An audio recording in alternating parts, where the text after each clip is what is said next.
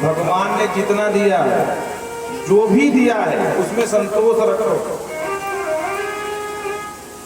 बोले गोवा दरिद्रो ही विशाल कृष्णा, जो दिन रात रोते रहते हैं ना महाराज मेरे पास अब कुछ नहीं है, वो को मारा।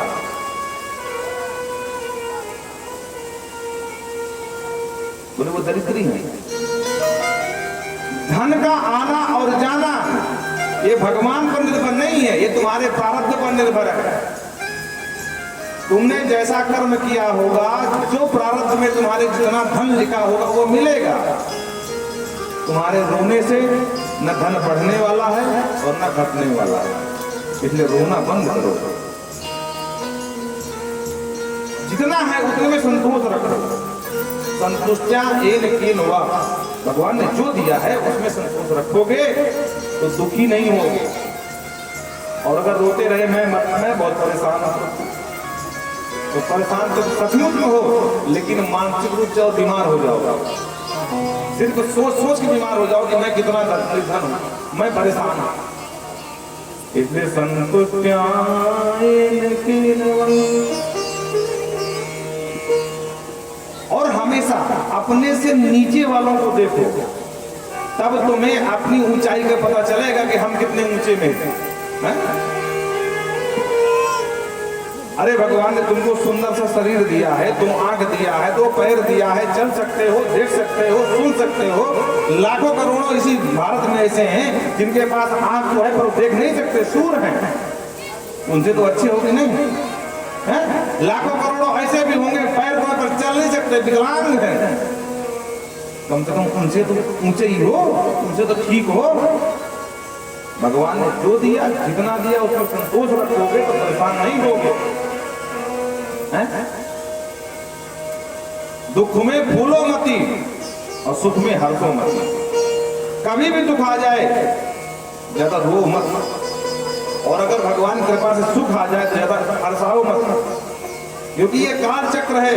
अगर दिन है तो रात होगी, रात भई है तो रात ही नहीं रहेगी, दिन भी होगा। अगर आज आप दुखी हो तो कल सुखी भी रहोगे, और अगर सुखी हो गए तो दुखी भी होना पड़ेगा। इसलिए दुख के समय ज्यादा चिल्लाओ मत कि मरे जा रहे हैं। और अगर सुख आ गया तो कर्मेण तुंगा हसिरा, हमसे तो बड़ा कोई है ही नहीं है, आया जिसको आना हो, क्योंकि वो भी समय गुजर जाएगा। जो आज है वो हमेशा रहने वाला नहीं है, और जो कल आएगा वो भी रहने वाला नहीं है। ये काल चक्र है, चलता रहता है। कभी गाड़ी नाव पर, कभी नाव गाड़ी पर, दोनों तरफ से देखे जाते हैं। बोलो राधे राधे। और तीसरा सूत्र बताया कि सर्वेन्द्रियोपशांत्या च तुष्यत्या सुजनार्दनः, तुष्यत्या सुजनार्दनः। अपनी इंद्रियों पर संयम रखो। देखो मन को उकसाता कौन है? इंद्रियां। आपने कहा बहुत दिन हो गए भाई और घर में मुगौड़े नहीं बने। एक उदाहरण समझो, अब ये कौन सी इंद्रियां उकसा रही है? रसना। 5 ज्ञान इंद्रियां, 5 कर्मेंद्रियां हैं। आंख कह रही हमको सुंदर रूप दिखाओ, कान कह रहे हैं हनी सिंह के गाने सुनाओ भाई, भागवत में क्या होगा।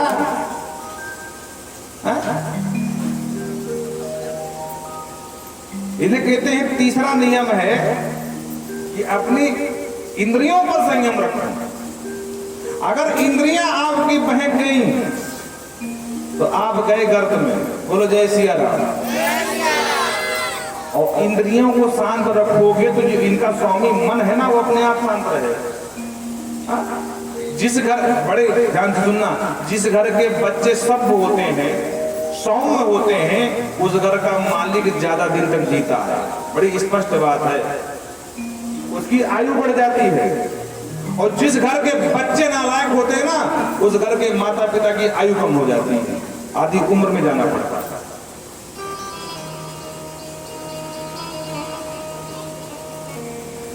इसको ऐसे समझो, जिसकी इंद्रियां संयम में है, अपने बस में है ना, उसका मन बहुत तेज काम करेगा, स्फूर्ति से काम करेगा।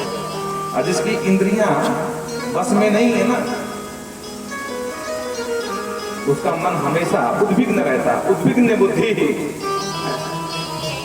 संशयात्मा बुद्धि विनश्यति गीता में कहते हैं। और ऐसे मन का विनाश हो जाता है, ऐसे मन वाले व्यक्ति का विनाश हो जाता है। अच्छा एक बात बताओ, चाहे रसगुल्ला खा लो, चाहे छेना खा लो, अच्छी से अच्छी मिष्ठान्न खा लो आप, लेकिन अंत में क्या बनना था? अंत में तो गंदगी बन के निकल जाएगा।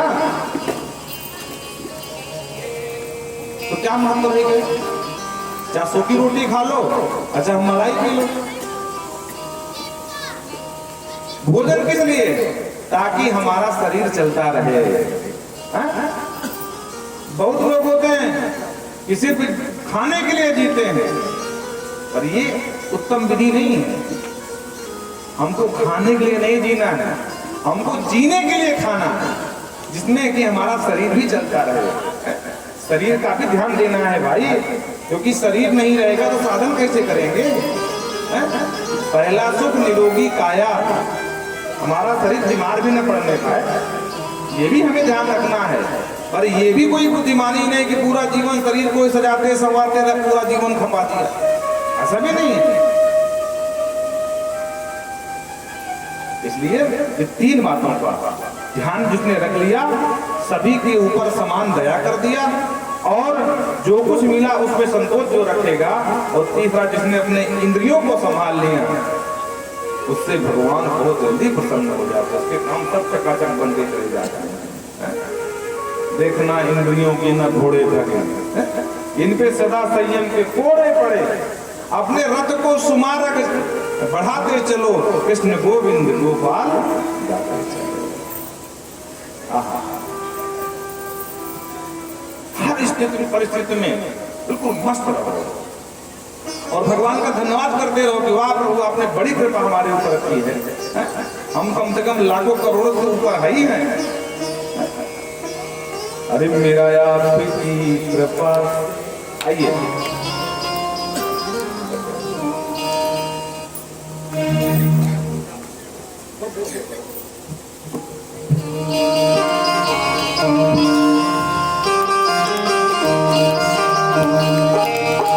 मेरा आपकी कृपा से सब काम हो रहा है। मेरा आपकी कृपा से सब काम हो रहा है। मेरा आपकी कृपा से सब काम हो रहा है।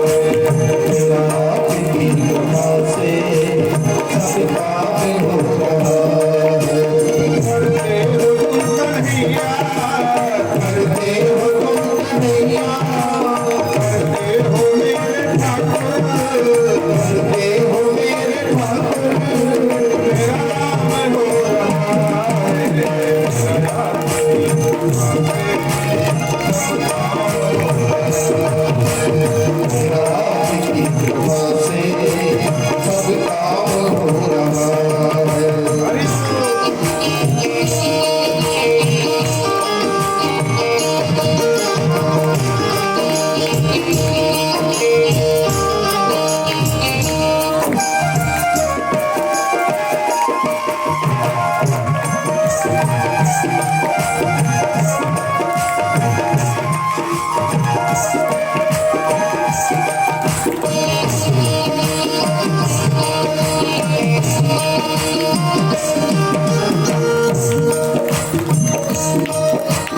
मेरी जिंदगी में तुम हो, इस बात की कमी है।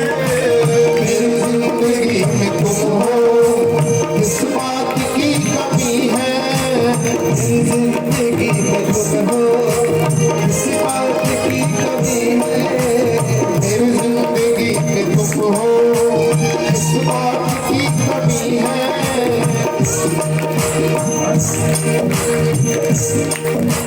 मुझे और अब किसी की परवाह भी नहीं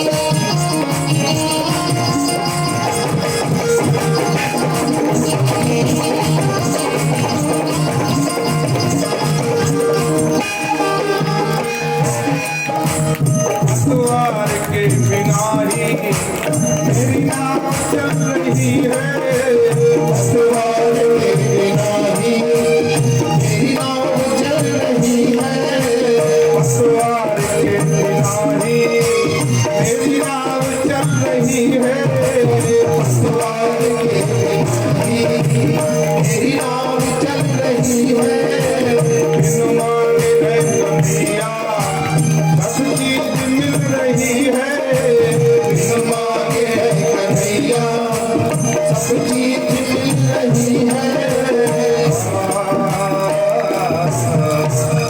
क्या बताऊं मोहन, अब क्या बताऊं मोहन, आराम हो रहा।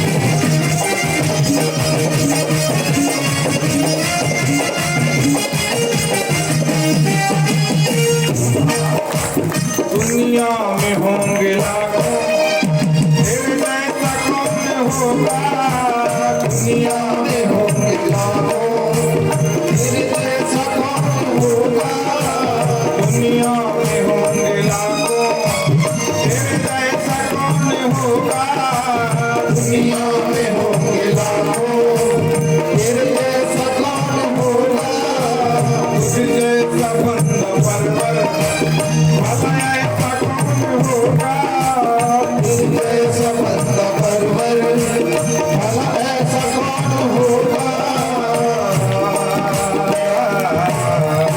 सामान तेरा दामन, दामन, जय हो सामान तेरा दामन, सब काम हो रहा।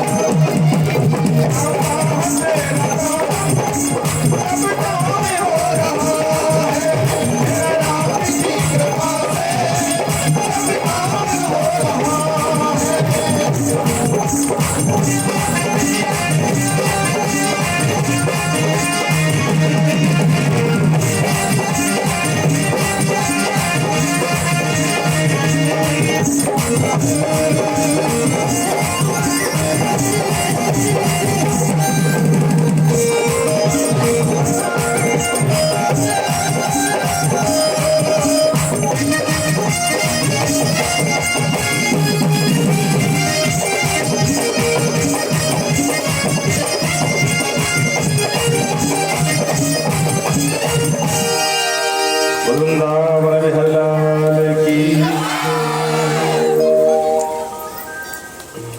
यहीं से चतुर्थ स्कंद को विश्राम और पंचम स्कंद में महाराज मनु के ज्येष्ठ पुत्र प्रियव्रत का चरित्र गाया है।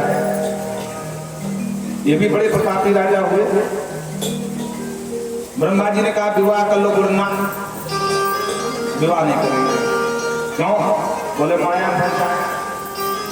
ब्रह्मा जी ने कहा बेटा सृष्टि बढ़ाने के लिए तो मैं इतना प्रयत्न कर रहा हूं, अब तू ही विवाह नहीं करेगा तो कैसे काम चलेगा। इसलिए हमारी बात मान। बहुत ज्यादा कहने पर फिर उन्होंने विवाह किया। बड़े प्रतापी राजा हुए। एक दिन उन्होंने विचार किया कि रात क्यों होती है, रात बेकार है। क्यों? क्योंकि दिन में तो लोग काम करते हैं, खूब पैसा कमाते हैं, रात में मार खराटा सो जाते हैं, फालतू में 12 घंटे का समय बर्बाद होता है। इसलिए रात होना ही नहीं चाहिए। हाँ, बड़े हठी राजा थे। अपने तप के प्रभाव से एक ज्योतिर्मय रथ निकला और उस रथ में बैठ करके इसे पूरे पृथ्वी के 7 परिक्रमा लगा दी। और उनके रथ के पहिए से ही 7 द्वीप और 7 समुद्रों की संरचना हो गई। रथेन ज्योतिर्मयेन रजनीमपि दिनं करिष्या। उस रथ से जब घूमे तो तो कहते हैं दिन ही रहा रात रजनी, माने रात हुई ही नहीं। बोलो राधे राधे। अब सारे देवता परेशान, भागे भागे ब्रह्मा जी के पास गए। बोले ब्रह्मा जी ये कौन सी बला हो गई भाई, 7 दिन से दिने से रात हो ही नहीं रही है। ब्रह्मा जी बहुत चक्के हो गए, ध्यान लगा कर देखा तो महाराज प्रियव्रत का ये कर्म दिखाई पड़ा। सभी देवता मिल करके समझाने आए। बोले बेटा पहली बात तो विवाह नहीं कर रहा था, बड़ी मुश्किल से विवाह किया, अब ये नई समस्या उत्पन्न कर दी, ये बुरा कहे छोड़ दे। बोले ना, रात बेकार, रात नहीं होनी चाहिए। तो सारे देवताओं ने ब्रह्मा ने मिलकर समझाया। बोले बेटा संसार की कोई भी वस्तु अनुपयोगी नहीं है, सभी उपयोगी हैं, बस हमें उपयोग करने की विधि पता होनी चाहिए। बोलो राधे। जैसे आप अपने घर में सुंदर सा भोजन बनाया और भोजन थाली में लगाया, स्वामी जी आए, भोजन लाओ, हाँ ला रहे हैं, बड़े भाव से थाली परोस दी। और जैसे ही स्वामी जी ने एक गिलास चखी, मुंह बिगाड़ करके कहा थे हमारा दिमाग खराब है, चेक नहीं किया इसमें कितना नमक कितना डाल दिए हो। अब आपने 2 बार नमक डाल दिया तो फिर ज्यादा हो गया तुम्हारा। आप कहेंगे अरे राम राम, देखो आज मेरी वजह से जो है नमक कम हो गया, डांट खानी पड़ी। इसलिए दूसरे दिन आपने भोजन बनाया और सावधान रहे कि नमक कल ज्यादा हो गया था, तो महाराज एक बार की जगह आपने 2 बार नमक डाल दिया। नमक नमक नमक नमक नमक नमक, अब नमक करे चल रहा। और जैसे ही खाने बैठे तो भयंकर खारा, थाली उठा के फेंक दिया। 1000 गाली दी स्वामी जी ने, पति देवता ने। अब आप परेशान हो गए, ये नमक की बड़ी बला है भाई, क्या करूं। फिर तीसरे दिन आपने भोजन बनाया, बोले आज कुछ भी हो जाए नमक ज्यादा नहीं होगा। सुंदर दाल सब्जी और खीर बनाई, तो खीर में पड़ना था वो चीनी का बूरा, तो खीर में डाल दिया नमक, और सब्जी में पड़ना था नमक, डाल दिया वो, और लेके थाली सुंदर पहुंच रहे लोग खाओ। और जैसे उसने उठाया, सबसे पहले सब्जी खाया तो लगी मीठी। ये क्या चमत्कार हो गया है, सब्जी मीठी बना दी इसने खारी की जगह, और थोड़ी सी खीर उठा के देखो लगी खारी, तो फिर 1000। अब आप इतना परेशान हो गए, पूरी सारी समस्या ये नमक से, ये नमक खराब है, उठाओ नमक को जाके सब्जियों में ये फेंका। अब आप बताओ नमक खराब है, तुम्हारी बुद्धि खराब है।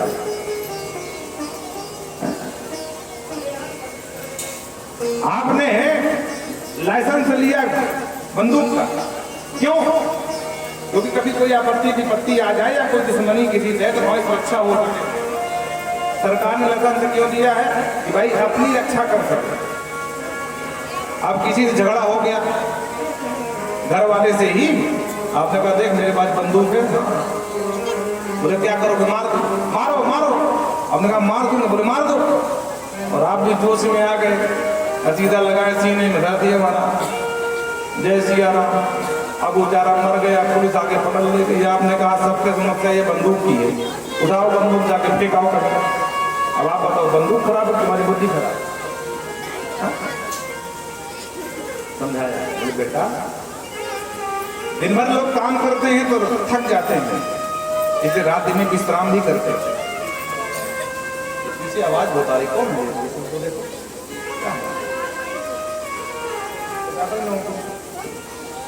बच्चे छोटे छोटे। तो ब्रह्मा ने कहा कि देखो दिन काम करने के लिए है, रात्रि विश्राम करने के लिए है। अरे मशीन भी अगर बराबर 12 घंटे चल जाए तो वो भी गर्मा जाती है महाराज, जल जाएगी, टूट जाएगी, फिर तो शरीर है। इसलिए काम भी चाहिए तो आराम भी चाहिए। बोलो राधे राधे। तब जाकर के दुराग्रह त्यागा, रथ से बाहर उतरे, और इस कर्म से इस द्वीप के, पृथ्वी के 7 द्वीप और 7 समुद्र बन गए। महाराज प्रियव्रत के संतानें हुई, और वृंदावन बिहारी लाल की। इनके जो पहला द्वीप बना, उस द्वीप का नाम है जम्बूद्वीप जिसके राजा बने महाराज आग्नेन्द्र, इन्होंने जम्बूद्वीप के ही 9 खंड कर दिए। और पहला खंड बना अजनाब खंड, जिसके राजा बनाए गए महाराज नाभि। उनके 9 बेटा हुए तो 9 खंडों को बांट दिया। महाराज नाभि राजा बन गए। नाभि का विवाह मेर देवी से हुआ और संतान नहीं हुई। अब समस्या में फंस गए।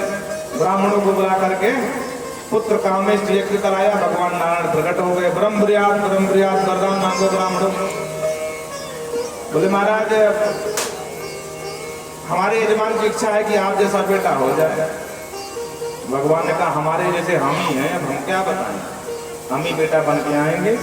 तो महाराज नाभि के यहाँ भगवान नारायण ही ऋषभ देव बन करके पधारे। बोल ऋषभ देव भगवान की। ये अद्भुत सिद्ध महात्मा हुए ऋषभ देव। इनका विवाह इंद्र पुत्री जयंती से हुआ। ये जब तपस्या कर रहे थे तो इंद्र को स्पृहा होने लगी कि कहीं मेरा सिंहासन न छीन ले बाबा। तो इंद्र ने इनके राज्य में वर्षा ही नहीं होने दी, सूखा डाल दिया। जब महाराज ऋषभ को पता चला कि इंद्र का ये कर्म है तो अपने तपोबल से पूरे राज्य में वर्षा करा के दिखा दिया। इंद्र को बड़ी लाज लगी और अपनी बिटिया जयंती का इनके साथ विवाह कर दिया। महाराज ऋषभ देव के 100 बेटा हुए और अंत में इन्होंने वैराग्य को ग्रहण किया। एक अरहन नाम के राजा ने इनका ही अनुकरण किया, क्योंकि ये जहां लेटे तो लेटे हैं, न खाने की चिंता न पीने की, वस्त्र में खाएं तो ठीक, नहीं है तो कोई बात नहीं। तो यहीं से जैन संप्रदाय का शुभारंभ हुआ है महाराज ऋषभ से। बोलो राधे राधे। इनके बड़े बेटा नाम भरत, उनको राजगद्दी पर बिठा करके गए थे। भरत के 5 बेटा हुए, जिसमें कि सुमति सबसे बड़े थे। सुमति को राजगद्दी पर बिठाया और महाराज भरत निकल गए नेपाल, गंडकी के किनारे तपस्या करने लगे। और देखो एक बात और बताते हैं, ऋषभ नंदन भरत के नाम से ही हमारे इस देश का नाम भारत पड़ा। बहुत लोग भ्रम करते हैं कि कौशल्या शकुंतला नंदन के नाम से बोलना। अजनाभम नाम तैत वर्षम भारतम किति यति यज्ञ आरब्ध। यही भरत के नाम से इस देश का नाम भारत पड़ा था। तो ये भरत अपने पुत्र, बड़े पुत्र सुमति को राजगद्दी पर बिठाए और सीधे गंडकी पहुंच गए। वहां तपस्या करने लगे और एक दिन एक गर्भवती हिरणी को देखा जो कि भाग करके भयातुर आ रही थी। नदी में कूद गई गंडकी में, पीछे सिंह लगा था। तो सिंह ने दहाड़ मारी, मैया ने छलांग मारी हिरणी ने, पर छलांग पूरी मार नहीं सकी और भय से महाराज प्राणांत हो गया, हार्ट फेल हो गया हिरणी का एक तरह से। बोलो राधे राधे। हिरणी तो मर गई। उसी समय हिरणी का गर्भ का बच्चा, छोटा सा सावक हिरण का बच्चा, उसका जन्म हो गया और महाराज ने देखा तो पानी में गिर गया, नदी में मर जाएगा। और जीव का धर्म है मानव का कि जीवों पर दया करे। महाराज स्नान कर रहे थे, दौड़ करके उस बच्चे को बचा लिया। अब बच्चे को बचा तो लिया, उसका पालन कैसे हो, मैया तो है नहीं, बेचारे परेशान। तो कोमल कोमल दूध लाते हैं, उसको खिलाते हैं, उसको किस तरह से पाला। धीरे धीरे वो बच्चा बड़ा होने लगा। बोलो राधे राधे। और जब बड़ा होने लगा तो धीरे धीरे तो उस पर आसक्ति बढ़ गई। अब भजन कम हो गया, अब उसी पर पूरा ध्यान है। कोई बक्सा बंद हो गया, हमको लग रहा है उसको बंद रखा। नहीं, ऐसा नहीं हो सकता। तो भजन कम हो गया, धीरे धीरे उसी पर पूरा ध्यान गया। थोड़ा होगा कम सीटी मारेगा, उसी का ध्यान, उसी पर ध्यान जाने लगा। और एक समय ऐसा आया कि सारा भजन खत्म। महाराज उसी के पीछे परेशान रहते, मेरा देखो कितना सुंदर ये हिरण का बच्चा है, पुत्र की तरह उसका पालन किया था महाराज। एक दिन महाराज चले गए लकड़ी बीनने हमन के लिए, और उतने में हिरणों का एक झुंड निकला। तो इसने सजाती हिरणों को देखा तो उन्हीं के साथ भाग गया महाराज। महाराज जब भरत आए तो हिरण का बच्चा नहीं मिला, अब पागल हो गए। यहां तक कि इतना विलाप करने लगे कि अंत में उसी की याद में शरीर छोड़ दिया। और ध्यान रखना, शास्त्र कहते हैं अंते यामति सागति, अंत में तुम जिसका ध्यान करके मरोगे वही तुम्हारे जन्म का कारण बनेगा। हिरण को ध्यान करके मरे तो हिरण ही बन करके जन्म हुआ। और तपस्या किए थे, उसका प्रभाव था कि हिरण देह में भी इनको ध्यान रहा कि मैं पूर्व जन्म में भरत नाम का राजा था। धीरे धीरे काल बीता, समय बीता और हिरण का भी शरीर छूट गया। और इस बार इन्होंने अंगिरा गोत्री ब्राह्मणों के यहाँ सुंदर जन्म मिल गया, ब्राह्मण बन के जन्म ले लिए। मन में ठान लिया, बोलो देखो भैया 2 जन्म बेकार हो गए मेरे। अब भगवान की बड़ी कृपा है कि ब्राह्मण का शरीर मिला है, अब ये जीवन मैं बर्बाद नहीं करूंगा। तो बचपन से ही अपने आप को पागल सिद्ध कर दिया। बोलो राधे राधे। पिताजी कहते हैं बेटा पढ़ ले। बोले पढ़ने से क्या होगा? अरे बेटा ज्ञान। बोले ज्ञान का क्या करेंगे? पिताजी परेशान हो गए। एक दिन कहा, अरे ब्राह्मण है, ब्राह्मण पुत्र है, कम से कम गायत्री मंत्र याद कर ले। बोले हाँ पढ़ाओ। आप पिताजी बैठ गए पढ़ाने। ओम भूर्भुवः स्वः तत्सवितुर्वरेण्यं पढ़ाने लगे। पढ़ाते पढ़ाते 1 घंटा हो गया। पिताजी ने कहा बेटा याद हो गया?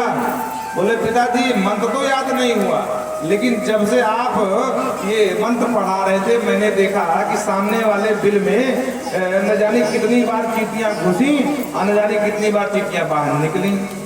पिताजी ने कहा मूर्ख कहीं का, तो चींटियां देख रहा था, मंत्र नहीं पढ़ रहा था। अरे महामूर्ख है। तो मोहर लगा दिया पिताजी ने और नाम पड़ गया जड़ भरत। जड़ माने मूर्ख, पागल। अब ये खुश हो गए कि भैया पागलपन की मोहर लग गई, अब दुनिया का झंझट खत्म। देखो जब तक तुम दूसरे के काम के हो ना तब तक दुनिया तुमको पूछेगी, और जिस दिन काम के नहीं रह गए ना कोई नहीं पूछता है। सड़क में हजारों पागल घूमते हैं, या कोई पागलों से पूछता है क्या कि खाना खाया कि नहीं खाया, पानी पिया कि नहीं पिया, किसका बच्चा है? हाँ वो अलग बात है कि काम कराने के लिए पकड़ के जबरदस्ती ले आओ, चल हमारे घर का गोबर फेंक। दुनिया के मतलब क्या हो तभी दुनिया परेशान करेगी। जिससे मतलब के नहीं रह गए तो कोई घूम के देखेगा नहीं। जड़ भरत जी ने कहा अब ये सही हुआ। अवधूत बन करके मस्त भगवान का भजन करते हैं। इनके 9 भाई थे, सब मिलाकर के 10 भाई थे। धीरे धीरे माता पिता का शरीर शांत हुआ, भाइयों ने बंटवारा कर लिया। अब ये महाराज किसके साथ में रहे? तो छोटे भाई के साथ में को डाला गया। प्राय नियम छोटा ही संभालता है सबको। तो छोटे भाई की पत्नी बड़ी खतरनाक। बोले सुनो ये मोटा बैठे बैठे खाता है, कुछ करता नहीं है, इसको कहो काम किया करे। अरे बोले क्या हो, कभी काम नहीं किया? अरे बोले पूछो क्या हुआ, काम कराओ इसे। तो भाई ने कहा कि पत्नी के सामने रहेगा तो ठीक नहीं, काम करता हूँ। उन्होंने कहा कि सुनो तुम खेत में चले जाओ और वहां खेत में रखवाली करना, बस मैं तुम्हारा भोजन ले आऊंगा। बोले ठीक। और लेकर के खटिया खेत में डाल दिया। खेत में पहुंच गए और वहां भी विडम्बना है, बैठ के भजन कर रहे हैं, राम राम राम जी राम राम राम। कोई मतलब नहीं है। और खेतों से लगा हुआ एक जंगल था जहां एक डकैतों का पूरा समूह रहता था। एक भद्रकाली का काली माँ का मंदिर था। डकैतों का जो सरदार था उसने एक मान्यता रखी थी माँ भद्रकाली से कि हे माँ अगर मुझे बेटा हो जाएगा तो मैं नर बलि चढ़ाऊंगा। और संयोग की बात माँ की कृपा हुई है, बेटा हो गया सरदार के। सरदार ने कहा देखो कोई नर मिल जाए, नर वाले मनुष्य पकड़ के ले आओ, बलि देना है माता जी को। तो डकैत बेचारे ढूंढ रहे थे तो और कोई तो मिला नहीं। जड़ भरत जी वहां खेतों में बैठे थे, पकड़ लिया महाराज। चलो बाबा जल्दी लेकर के पहुंच गए। डकैतों ने बाबा को महाराज नहलाया, धुलाया, खिलाया, पिलाया, चकाचक गीत फूले लगाया। बाबा चलो मंदिर। मंदिर जी चले गए। बाबा करो माता जी को प्रणाम। सर झुका दिया और जैसे ही सर झुकाया तो सरदार ने तलवार दिखाया। जरा भरती कहाँ गए भैया, ये सब क्या राज है? सरदार ने कहा कि भैया महाराज तुम्हारी बलि देनी है, हैं? अब फालतू नहीं तुम्हारा इतना श्रृंगार कर रहे थे, हम माता जी तुम्हारी बलि लेना चाहते हैं। जरा भरती चौंके, बड़ा खतरनाक सरदार। हम सोचे कि इनको लगा होगा कि ब्राह्मण भूखा बैठा है, लाओ भोजन करा दूं, हमें क्या पता था कि हमारी बलि चढ़ाई जाएगी। पर चलो जो प्रारब्ध में लिखा है तो कोई बात नहीं। निर्भीक होकर के माता जी को प्रणाम किया और जैसे ही तलवार चलाना चाहा सरदार ने, माँ ने देखा कि अरे एक ब्रह्मज्ञानी मुझे प्रणाम कर रहा है, कि बच्चे बहुत शोर कर रहे हैं, इनको मना कर दो, कोई भी जाकर के समझाओ, देखो कितने शोर कर रहे हैं। बोलो राधे राधे। हमसे गलती हो गई, हमको मंच उधर बनवाना चाहिए था।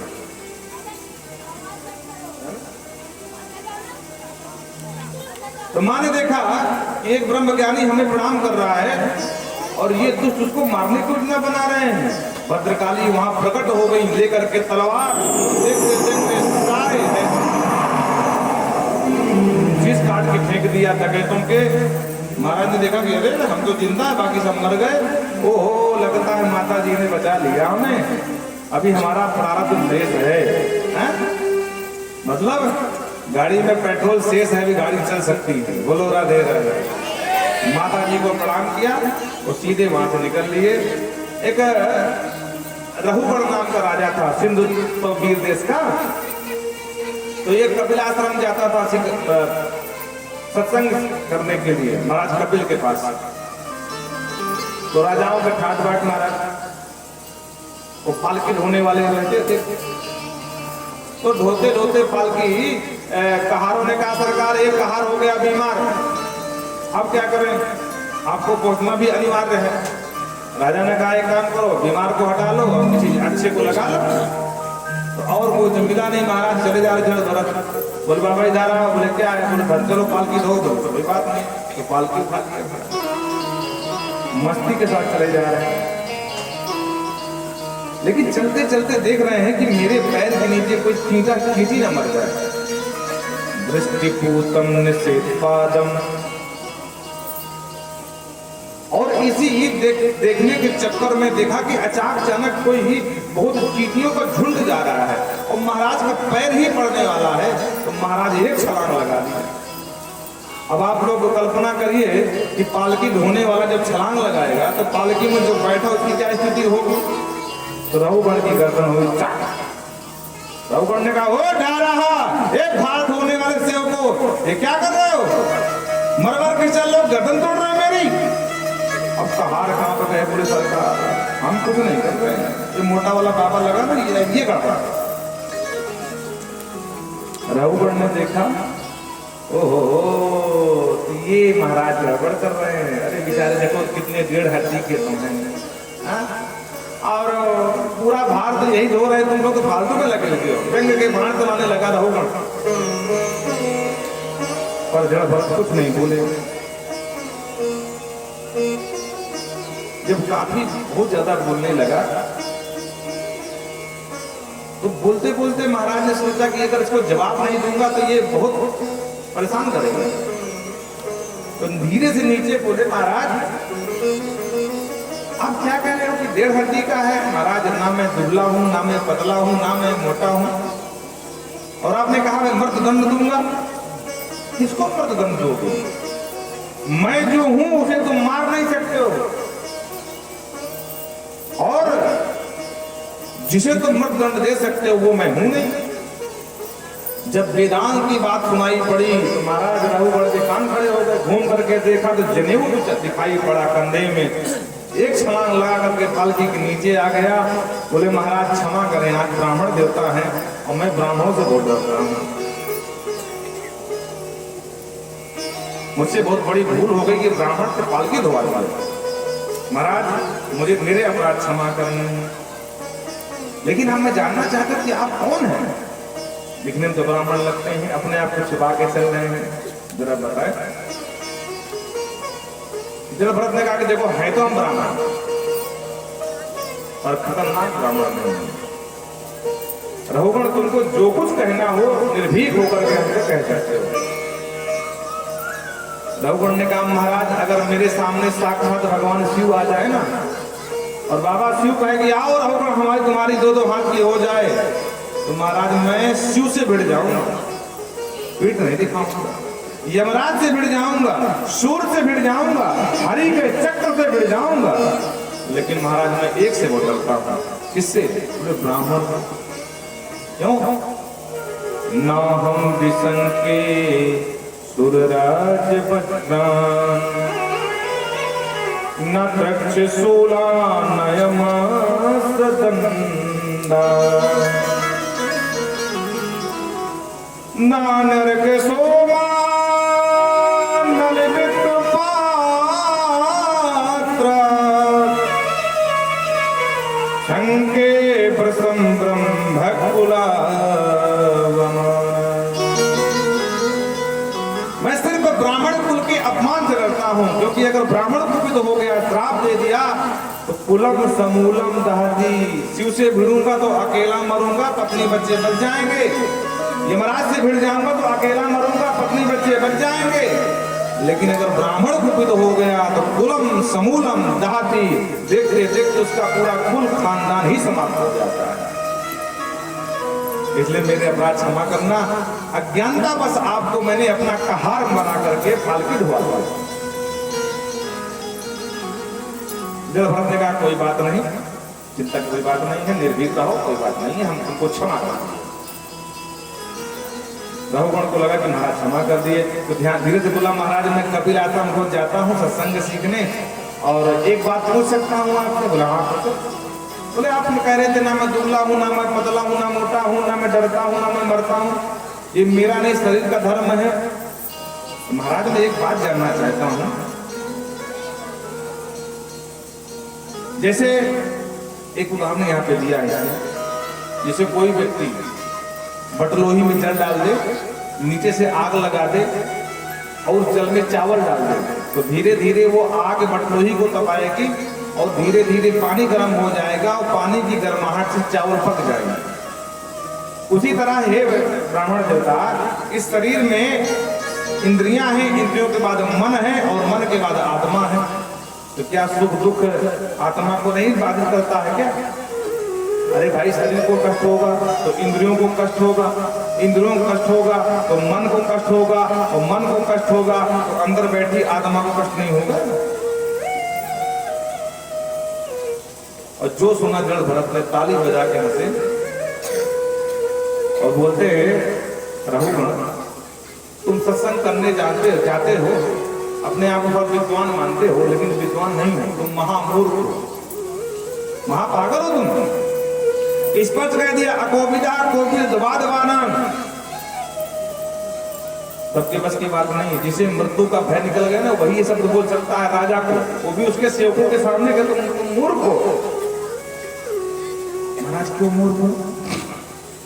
बोले तुमने जो उदाहरण दिया है चावल पानी बटलोही ये सब सायबो पदार्थ है, मतलब इनको देखा जा सकता है, चावल को छुआ जा सकता है, बटलोही को पकड़ा जा सकता है, लेकिन तुम जो उदाहरण दे रहे हो आत्मा से बता रहे हो, आत्मा निर्यवो पदार्थ है।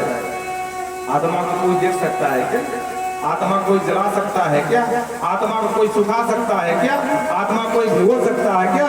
नैनम छिद्यन्ति शास्त्राणि नैनम दहति पावकः। अरे मूर्ख राजा, क्या तुम उदाहरण दे रहे हो हमको? उसी तरह है शरीर को कष्ट होता है, मन को कष्ट होता है, इंद्रियों को होता है, पर आत्मा बैठी उसको कोई फर्क नहीं पड़ता है। आत्मा सदा सच्चिदानंद स्वरूप है। और कहते हैं राजन एक बात ध्यान रखना, तुम चाहे जितना पूजा कर लो, पाठ कर लो, जप कर लो, भजन कर लो, लेकिन जब तक तुम अपने से श्रेष्ठ जनों के चरण की धूली मस्तक पे नहीं लगाओगे तब तक तुम्हारा कल्याण होने वाला नहीं है। स्पष्ट कह दिया बिना महत पाद रजोभिषेकम, जब तक पाद रज का अभिषेक नहीं करोगे तुम्हारा कल्याण नहीं होगा। और सुनो, तुम राजा की हक को ध्वंस मत देना। जानते हो मैं कौन हूँ? अहम पुरा भरतो नाम राजा। अरे तू एक राज्य का राजा होगा और मैं एक छत्र चक्रवर्ती सम्राट बन चुका हूँ। भरत मेरा नाम। इसलिए राज्य की धमकी मुझे मत देना। मृगो भयम मृंग संघात था, मृग में आसक्ति किया तो मृग बन गया था। इस तरह समझाया। वृंदावन विहला की। और आज रघुगण का कल्याण ही कर दिया। पहली बात तो बोले नहीं, और जब बोले तो उसका कल्याण कर दिया। आगे चल करके बाबा सुखदेव कहते हैं, राजन, व्यक्ति दो तरह कर्म करता है, एक पुण्य रूपी कर्म, एक पाप रूपी कर्म। जो पुण्य रूपी कर्म करते हैं वो स्वर्ग हो जाते हैं, और जो पाप रूपी कर्म करते हैं वो नरक हो जाते हैं।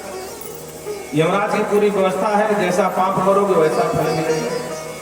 24 प्रकार के नरक गिनाए हैं। अंधता, मित्रता, मित्र, रौरव, महारौरव, कुंभी, पाक, काल, सूत्र, असिपत्र, वन, शुक्रम, अंधकूप में भोजन। भगवान ने कितने। और कौन से अपराध से किस नरक में जाना, जरा इसे समझ लो।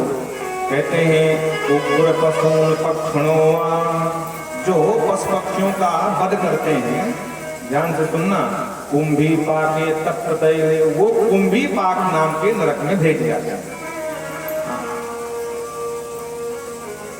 इसे ध्यान रखना।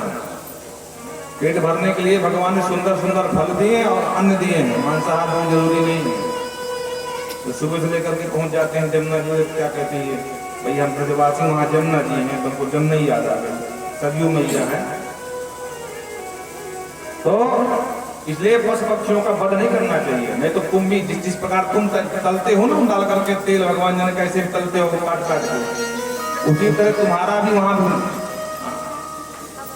कुंभी पाक के नरक में जाओगे और तुम भी तले जाओगे, ऐसे करके इसे। और एक बात ध्यान रखना, ये यातना देह है जो नरकगामी शरीर को मिलती, उसका नाम है यातना देह। तुम्हारे शरीर के चाहे 1,00,000 टुकड़े कर दिए जाएं, छोटे छोटे करके ऐसे करके, भयंकर पीड़ा होगी, दर्द बराबर होगा, लेकिन मरोगे नहीं। ये शरीर स्थूल शरीर है जो अन्न से पलता है। अगर इसमें कोई कष्ट हो गया, 1 साल बाद की गोली खा लो, जैसे आराम हो जाओ, बोलो राधे राधे। लेकिन इसका मतलब ये नहीं, ये नहीं करना चाहिए, निःशुल्क नरकगामी बनोगे। लेकिन जो यम यातना के लिए शरीर मिलता है, उसका नाम है देह यातना शरीर। जो दूसरे का सोना चुरा लेते हैं, बड़े ध्यान से सुनना, उनको भी नरक में जाना पड़ता है। जो अगम्य स्त्री का संसर्ग करते हैं, उनको अग्निकुंड नाम के नरक में जाना पड़ता है। समझ रहे हैं नहीं? और वहां एक लोहे की स्त्री बनाई जाती है, पुतला समझ लो, और पूरे एकदम आग का अंगार रहती है। और ये गुरु तो मारते हैं, कहते चलो अब कर आलिंगन, अब चिपका सीने से सो, अब कहो कि तेरे चेहरे से नजर नहीं हटती, नजारे हम क्या देखते हैं, अब बोलो। इसलिए अगम्य स्त्री का कभी संसर्ग नहीं करना चाहिए। बोलो राधे राधे। दोनों के लिए है, स्त्री है तो पुरुष का नहीं करे, और पुरुष है तो स्त्रियों का नहीं करे। जो भ्रष्लीपति हो जाते हैं, जिनके लाज शर्म सब घोर बिगड़ी गए हैं, उनके लिए कहा नष्ट शौचाचार नित्या लज्जा पुच्छर्या चरंती, उनको अचिपत्र नाम के वन में डाला जाता है। बड़े बड़े कटीले वो वन होता है, और जिस प्रकार सुई चुभती उसी प्रकार पैरों में चुभते हैं। 24 नरकों का वर्णन बहुत विस्तार से है, 2-4 आप समझ सकते हो। सुन सुन करके महाराज परीक्षित घबरा गए, हे भगवान, कोई ना कोई तो पाप बन ही जाता है, नरक में जाना पड़े। बोले हाँ, पाप करोगे नरक में जाना पड़ेगा। तेज कहना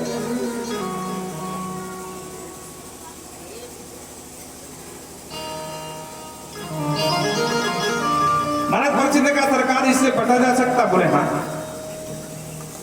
नलकों को राजन तुम धोबी घाट समझो। धोबी क्या करता है? कपड़े की धुलाई तो खूब अच्छी करता है, पर धुलाई खूब करता है। क्यों? तो कपड़ा उसका तो होता नहीं है, फटे जहां बचे पर साफ होना चाहिए। बुद्धिमानी इसी में है, कपड़े में दाग लग जाए अपने हाथ से धुल लो तो कपड़ा साफ भी हो जाएगा और फटने का डर भी कम रहेगा। और अगर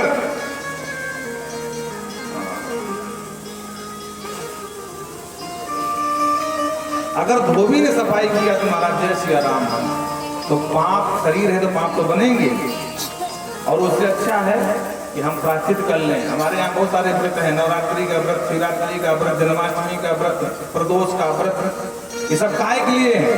ताकि जाने अनजाने हम पाप करते हैं तो इन पापों से बचा जाए। बोलो राधे राधे। अरे भाई, कपड़ा कितना भी साफ पहन लो और कितने भी वीआईपी शहर में वीआईपी बिल्डिंग के अंदर घुस जाओ और कपड़ा गंदा हो ही जाएगा। बुद्धिमानी इसी में है, ज्यादा गंदा ना हो, तुरंत साबुन मार दो तो सफेद बना रहेगा, कलर भी नहीं जाएगा, चमक बनी रहेगी। इसीलिए पाप तो होंगे, गंदगी है तो पाप होंगे ही होंगे। बुद्धिमानी इसी में है कि आप व्रत करते रहिए, और जो व्रत नहीं करते उनके पाप पहाड़ के समान हो जाते हैं। उनको क्या करना चाहिए? बोले कोई कितना बड़ा पाप क्यों ना हो जाए, लेकिन एक जोरदार साबुन बता रहे हैं, नोट कर लो। और एक बार अपने कपड़ों में साबुन चला दिया, सारे दाग धो के नजर पड़ जाएंगे। क्या महाराज? बोले के चित केवलया भक्त्या वासुदेव परायणा अघम धुनवंतिका निहार मिव भास्करः। कहते हैं केजित केवल या भक्त्या। अरे अंधकार को दूर करने के लिए कोई बल्ब जलाता है, कोई दीपक जलाता है, कोई अन्य प्रकार का यंत्र जलाता है, लेकिन संपूर्ण अंधकार तभी दूर होता है पूरे संसार का कि जब भगवान सूर्य का उदय भगवान सूर्य हो जाते हैं। उसी तरह छोटे मोटे पाप बन जाएं तो व्रत रह लो, लेकिन जब पाप का पहाड़ बन जाए तो भगवान कृष्ण के नाम का पारायण कर लो। केचित केवलया भक्त्या वासुदेव परायणा अघम धनवंतिका निहार मिव परिचित का सरकार किसी के पाप नष्ट भी हुए कि खाली आप ऐसे बोल रहे हो? बोले हाँ हुए। किसके? बोले ध्यान से सुनना राजा। एक कन्नौज के ब्राह्मण थे, कानपुर में जन्म हुआ था। बड़े विद्वान पंडित जी थे, नाम था अजामिल। एक दिन लकड़ी बीनने गया हवन के लिए और वहां पर किसी सुंदर वेश्या को देखा जो एक शूद्र के साथ रति अवस्था में थी। तो बुद्धि खराब हो गई ब्राह्मण की, शूद्र को 2 थप्पड़ मारा और हमेशा के लिए उसी के साथ चला गया। वेश्या का पति बन गया, इसी का नाम है वृषणीपति। कान गुचे सुजा कच्चित दासी पति रजामिला नामना नष्ट सदाचारो दास्या संसर्ग दूषिता।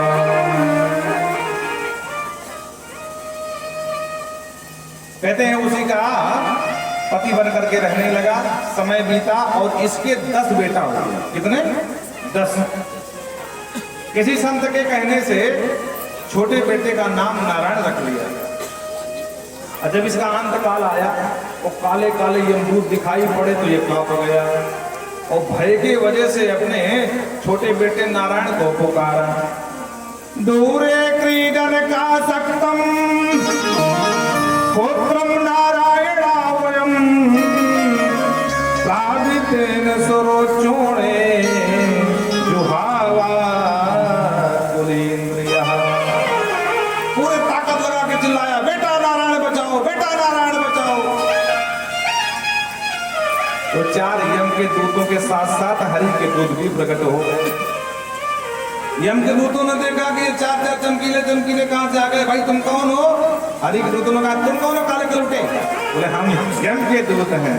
भगवान के पास ने कहा हम हरि दूत हैं। अरे तुम यहाँ क्यों आए हो? तो तुमने सुना नहीं कितनी ताकत से खूब चिल्लाया बेटा नारायण बचाओ, ये हमारे स्वामी को पुकारा है, तो हमको तो आना ही था। यमदूतों ने कहा अरे भैया तुमसे धोखा हुआ है, ये तुम्हारे नारायण को जानता भी नहीं। अभी तो बात ये है कि इसने अपने बेटे का नाम नारायण रख लिया है। पास बोल कर देखो भैया, वस्तु शक्ति ज्ञान की अपेक्षा नहीं रखती है। चलो मान लिया इसके बेटे का नाम नारायण, इसने बेटे को ही पुकारा है और इसके बेटे का नाम नारायण 2-4 साल 5 साल पहले रखा गया होगा, और हमारे स्वामी का नाम नारायण को अनादिकाल से है, इसलिए नाम तो हमारे स्वामी का ही माना जाएगा। जैसे आपको ज्ञान हो या ना हो, जहर को जहर समझ करके पी जाओगे तब भी मरने वाले हो, और जहर को फांसी की दवा समझ के पी जाओ तब भी मरने बचोगे नहीं। तार में करंट है, आपको ज्ञान हो या ना हो, पकड़ोगे तो करंट मारेगा ही मारेगा, चाहे जान करके पकड़ो चाहे अनजाने में पकड़ लो। उसी तरह ये प्रभु का चिन्मय नाम है, तारने की शक्ति है, तो आप चाहे जान के नाम ले लो चाहे अज्ञानता बस ले लो, पर आपको करना पड़ेगा। भाय कुहाय अनख आलस हो, भाय कुहाय अनख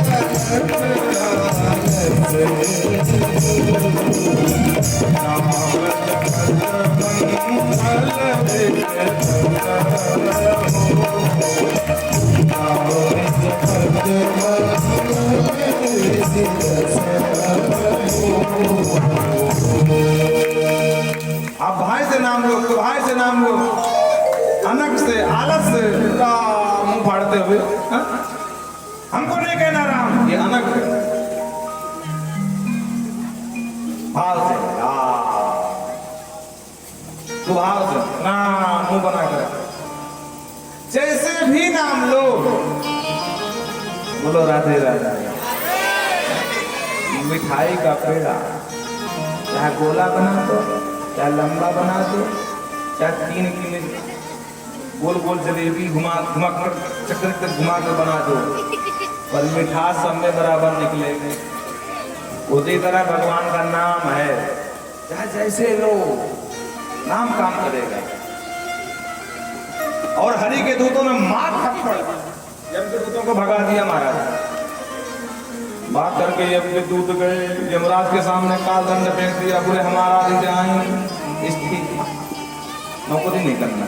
बोले क्या हुआ? अरे बोले पापी को लेने गए और पापी को ला नहीं पाए, पापी ने ही हमको मरवा दिया 4 लोगों को बुला करके। तो तुम्हें किसने मार दिया? बोले वो नारायण का नाम बता रहे थे, उनके पार्षद हैं, और जो नारायण नाम लिया यमराज बिल्कुल उनको मन प्रसन्न कर।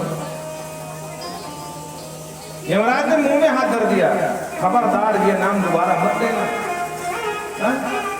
लाखों करोड़ों पापी ये नरक बोल रहे हैं, अगर ये नाम इनके कान पड़ गया तो सबकी छुट्टी करनी पड़ेगी मेरी, पूरा व्यापार मेरा ठप पड़ जाएगा। अच्छा प्रभु, तो इस नाम में ऐसा क्या है? बोले अब हम क्या बताएं क्या है? अरे जिसने धोखे से नाम ले लिया उसको तुम पकड़ के नहीं ला पाए, और जो सच्ची ईमानदारी से नाम ले उसको तुम छू भी नहीं सकते हो, देख भी नहीं सकते हो। कहाँ कहाँ लगी नाम बड़ा, कहाँ कहाँ लगी नाम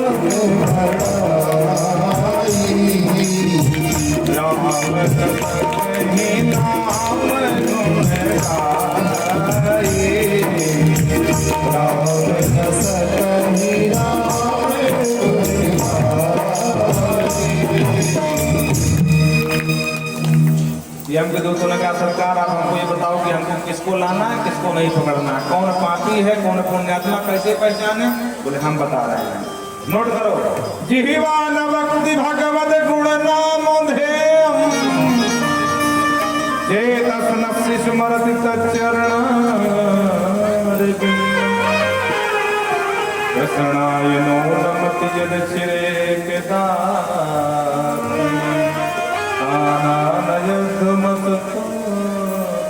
विष्णु कृत्य। यमराज ने कहा मेरे प्रिय दूतों, जिह्वान भक्ति भगवत गुण नाम ध्येयम्, जिसकी जीभ से भगवान का नाम न निकलता हो उसे पकड़ के लाया करो, नंबर 1 का पापी है।